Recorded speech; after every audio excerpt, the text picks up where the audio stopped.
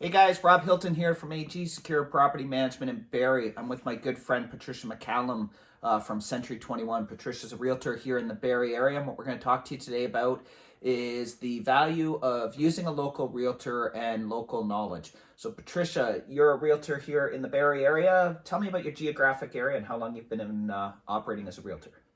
I've been a realtor for 16 years now, since June of 2003, and my area is, Barrie is my hub, but I also go down and service Innisfil, up to Penetanguishene, over to Essa, and Simcoe County in general.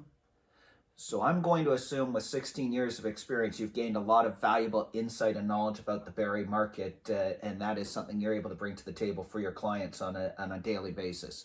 Oh, absolutely. It's been a very interesting 16 years. So one of the trends we've seen recently is a lot of out-of-town realtors trying to come in. What would be some of the value that your 16 years could bring to the table that somebody who may not normally operate in the area would have?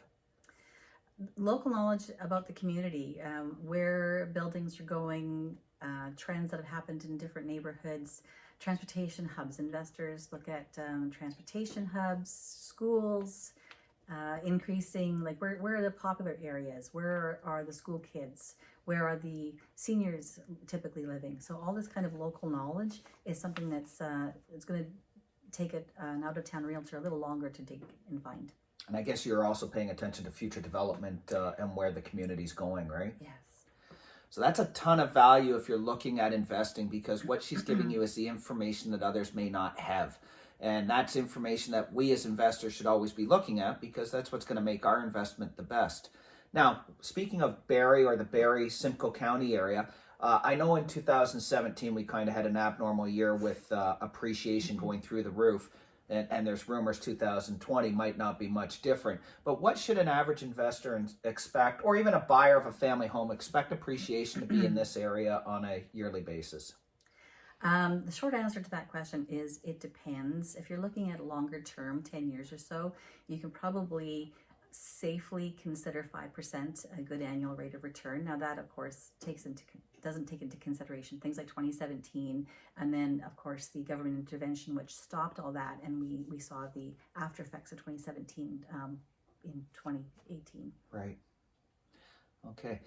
So, looking at numbers, guys, my experience, I always tell people, if somebody's telling you a number like 5%, put your spreadsheet together with 4, put it together with 3. If it still makes sense, then you've got yourself set up for success. Anything above that means you're getting gravy, and that's what we want as investors. So take conservative numbers to make sure you come up with the proper spreadsheets to generate whether or not it's a good buy.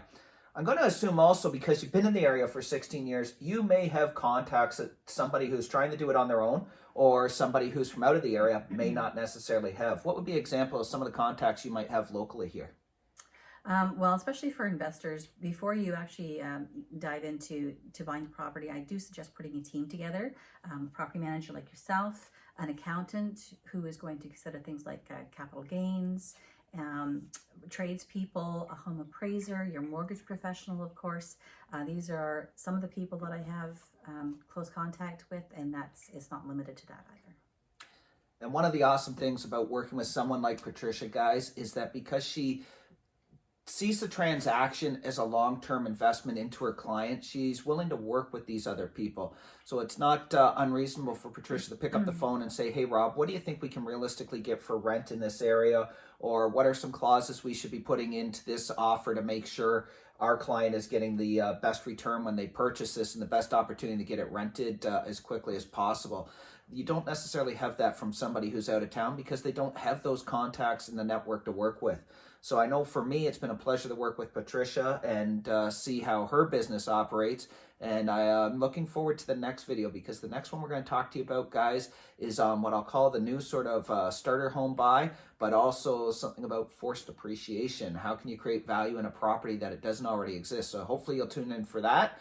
But before we leave, I will tell you, I'm going to have all of Patricia's contact information after this video. So if you are looking for somebody to talk to in the area that specializes and has at least 16 years of experience, Patricia's the one to talk to. So look forward to connecting you there. Talk to you shortly, guys. Have a good day.